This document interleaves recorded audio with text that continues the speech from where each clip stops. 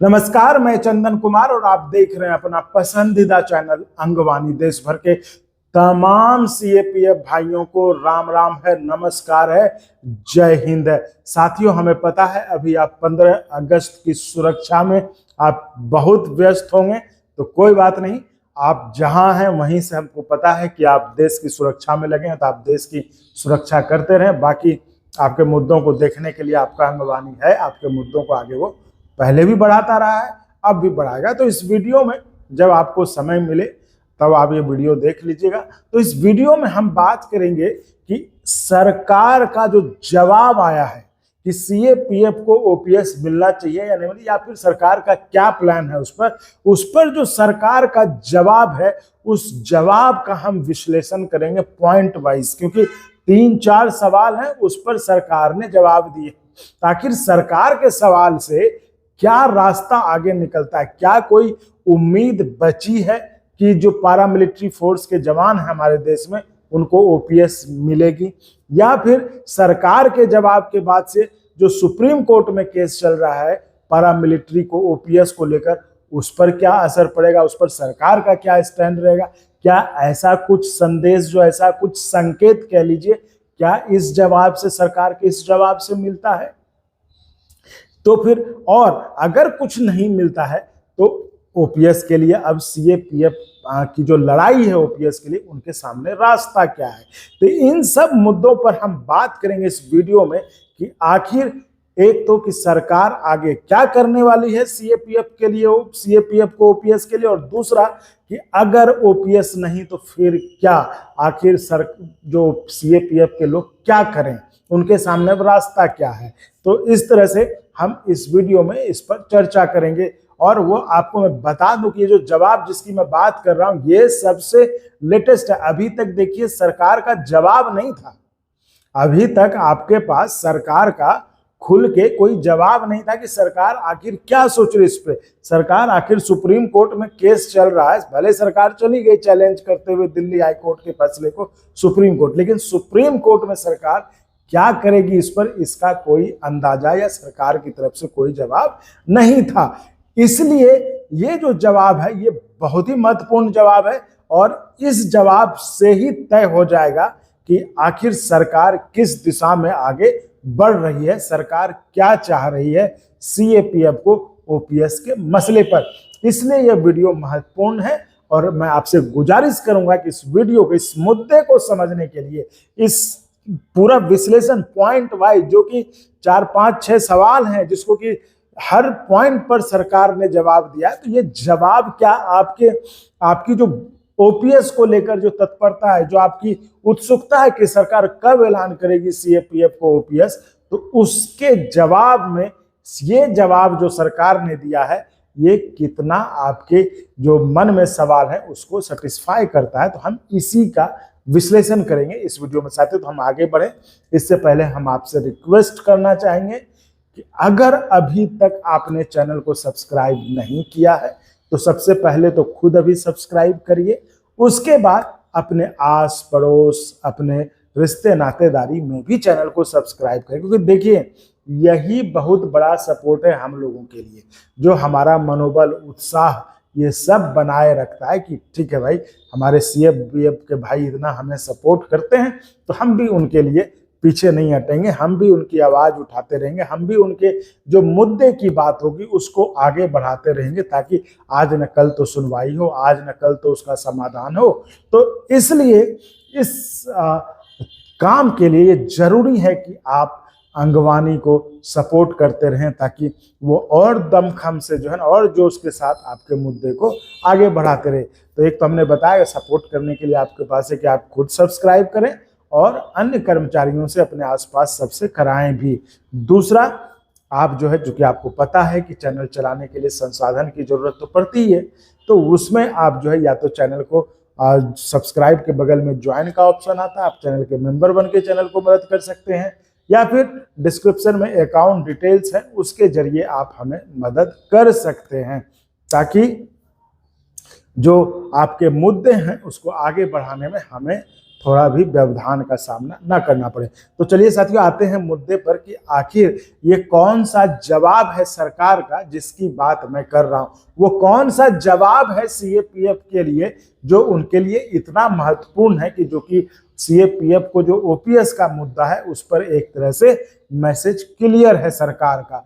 तो इस वीडियो में हम वही बात करने वाले हैं। तो आइए हम सीधे आते हैं कि आखिर वो सरकार का जवाब क्या है और उन जवाबों के मायने क्या हैं। सीएपीएफ के जवान को सरकार के इस जवाब का क्या मतलब निकालना चाहिए वो हम आपको समझाने की कोशिश करेंगे जो हमारे समझ में आया। बाकी तो देखिए, आप अपने विचार और राय बनाने के लिए बिल्कुल स्वतंत्र हैं। तो चलिए, हम जिक्र कर रहे हैं 12 अगस्त को लोकसभा में कांग्रेस के सांसद दीपेंद्र सिंह हुड्डा के पूछे गए सवाल को लेकर। देखिए, दीपेंद्र सिंह हुड्डा हरियाणा से कांग्रेस के सांसद हैं। मैं आपको बता दूं कि इस बार हरियाणा में ओपीएस एक बहुत बड़ा मुद्दा था और हरियाणा में नुकसान की आशंका के कारण ही जो है सरकार ने उस समय यूपीएस का ऐलान किया था और उसके बाद हरियाणा में चुनाव हुए थे। तो ठीक है, ये इसलिए दीपेंद्र सिंह हुड्डा ने मतलब ये कहो हरियाणा में ये बहुत बड़ा इशू है ना। इशू तो देखिए देश के तमाम कर्मचारियों के लिए, लेकिन हरियाणा में जो है पॉलिटिकल पार्टीज भी इसे इशू बना के चुनाव लड़ी है और वहां पर जबरदस्त लामबंदी है कर्मचारियों की ओपीएस के पक्ष में। तो अब हम आते हैं कि आखिर सवाल क्या था दीपेंद्र सिंह हुड्डा का सरकार से, जिसका कि जवाब सरकार ने लोकसभा में दिया। और मैं आपको बता रहा हूँ ये सबसे लेटेस्ट है। सबसे लेटेस्ट क्या आप कहेंगे, इससे पहले शायद जवाब भी नहीं था सरकार की तरफ से कि इस पर क्या होने वाला है। तो आप ये कहिए कि ये सबसे लेटेस्ट सरकार आप कह लीजिए कि सीएपीएफ की जो मांग थी उस पर सरकार का जवाब है कि उनको ओपीएस के लिए आगे क्या है। तो वो मैं आपको इस वीडियो में बता रहा हूं। तो ये जैसा कि मैंने आपको बताया कि ये सवाल 12 अगस्त को पूछा गया था कांग्रेस के सांसद दीपेंद्र सिंह हुड्डा के द्वारा। अब हम आपको चलें सवाल बताने के लिए आखिर वो सवाल किससे थे और क्या थे। तो सवाल था भारत के गृह मंत्री अमित शाह जी यानी कि होम मिनिस्ट्री से सवाल था, जिस पर कि मैं वो पढ़ के बता रहा हूँ। वो लिखा हुआ है ये जो क्या गृह मंत्री यह बताने की कृपा करेंगे।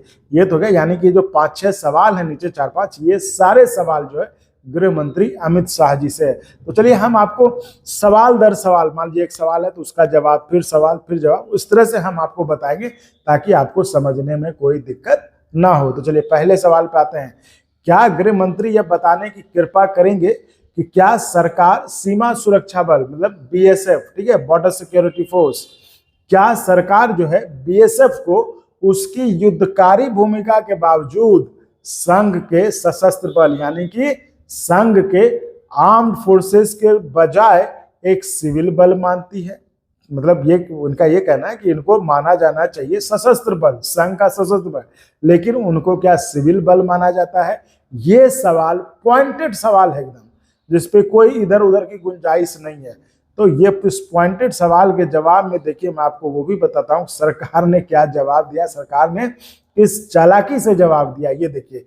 गृह मंत्रालय के मतलब जो एमओएस है यानी कि गृह राज्य मंत्री, ministry of home affairs, Nityanand Rai ji का जवाब है।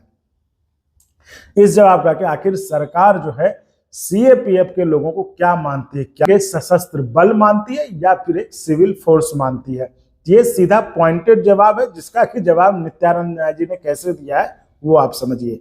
वो जवाब अब लिख रहे हैं, सीमा सुरक्षा बल यानी बीएसएफ भारत के सीमाओं की सुरक्षा सुनिश्चित करने वाले केंद्रीय सशस्त्र पुलिस बलों में से एक है।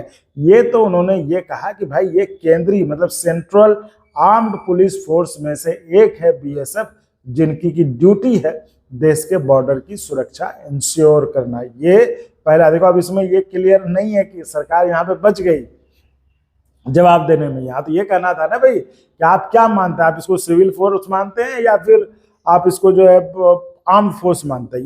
ये सवाल है सीधा। अब इसमें ये तो होगा कि या तो हाँ जी हम सिविल मानते हैं या फिर आर्म्ड मानते हैं या कुछ नहीं, में यही जवाब होगा ना। लेकिन सरकार ने जवाब क्या दिया ये देखिए, बीएसएफ भारत की सीमाओं को सुरक्षा सुनिश्चित करने वाली केंद्रीय सशस्त्र पुलिस बलों में से एक है। तो ये लीजिए, ये जवाब ऐसा है जिसको कि आप लेके कुछ जवाब मतलब नहीं निकाल सकते। तो आपको अगर लग रहा है कुछ तो आप कमेंट के जरिए जरूर बता सकते हैं। अब हम आते हैं सवाल नंबर 2। सरकार ने इन कार्मिकों के लिए पुरानी पेंशन योजना बहाल करने के लिए क्या वो कदम उठाए हैं जिसके लिए 2004 में ये वापस लिया गया था। ये देखिए, ये वही सवाल ओपीएस को लेकर, इस पर साफ साफ एकदम क्लियर सवाल, इसमें कहीं कोई कंफ्यूजन नहीं है। सवाल हुड्डा पूछते हैं, दीपेंद्र हुड्डा जी पूछते हैं कि सरकार को इनको जो कि ओपीएस के लिए बहाल के लिए क्या कदम उठाएं जो कि 2004 में वापस ले लिया गया था। अब इसमें देखिए सरकार का एकदम साफ जवाब है। सरकार कह रही है वर्तमान में उक्त मुद्दा मामला विचाराधीन है और भारत के माननीय उच्चतम न्यायालय के समक्ष निर्णय हेतु लंबित है। इन्होंने कोर्ट के ऊपर डाल दिया कि ये जो मामला है जिसकी बात हम कर रहे हैं इस वीडियो में, सीएपीएफ को ओपीएस की, ये जो है वहां पर आपको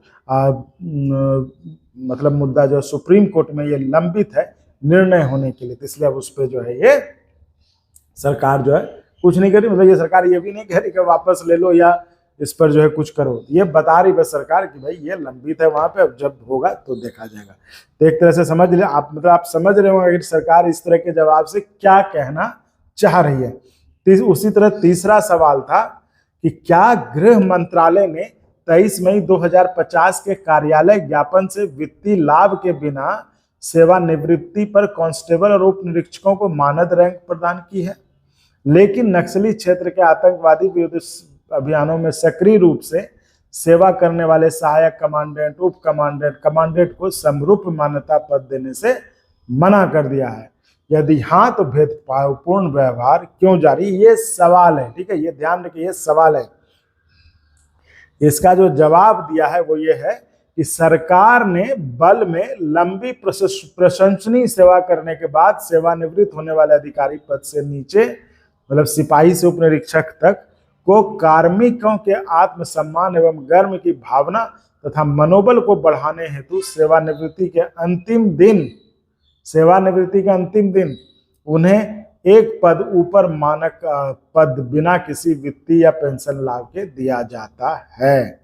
तो ये था तीसरा जवाब जो कि दीपेंद्र सिंह हुड्डा ने लोकसभा में पूछा था और इसका जवाब दे रहे थे नित्यानंद राय जी, भारत के केंद्रीय गृह राज्य मंत्री। अब हम आते हैं चौथे सवाल पे कि क्या उच्चतम न्यायालय ने 23 मई 2025 के अपने निर्णय में सीएपीएफ को संगठित समूह क सेवा ओजीएस देने का दर्जा देने के पक्ष में फैसला सुना? यदि हाँ तो इस आदेश को कार्यान्वित करने के लिए ठोस कदम क्या है यह बताएं। देखिए, तो सरकार में जो नित्यानंद राय जी हैं उन्होंने साफ साफ जवाब दिया कि भारत सरकार ने दिनांक 23/5/2025 के निर्णय की समीक्षा हेतु याचिका दायर की है जो वर्तमान में विचाराधीन है और भारत के उच्चतम न्यायालय में निर्णय हेतु लंबित है। यानी कि यहाँ पर सरकार ने ये साफ कर दिया, दो जगह इस बात का जिक्र किया है कि देखिए अब हमारे, मतलब शायद लग रहा है कहने की ये कोशिश है कि अब हमारे हाथ में कुछ नहीं, ये मामला कोर्ट में विचाराधीन है, तो कोर्ट में जो फैसला होता है उसका हमें इंतजार करना चाहिए, कोर्ट में जो होता है वो देखा जाएगा। मुझे लगता है कि इनका यही कहना है, यही ये मैसेज देना चाहते हैं। तो मैं आपसे उम्मीद करूँगा, आपको क्या लगता है, आपको क्या लगता है इस बारे में आप कमेंट में जरूर लिखें ताकि हमें और इस मुद्दे पर क्लैरिटी मिले और हम और जहां हो सके वहां तक आपकी आवाज को उठाते रहें। तो चलिए साथियों, फिलहाल इस वीडियो में इतना ही। आप ऐसे ही चैनल को लाइक शेयर सब्सक्राइब करते रहें। बहुत बहुत धन्यवाद, जय। और अगर आपको अच्छा लगा तो एक बार और आपको मैं कहना चाहूँगा कि आप इसको प्लीज सब्सक्राइब और शेयर करते रहें ताकि हमारा भी मनोबल और सपोर्ट बना रहे।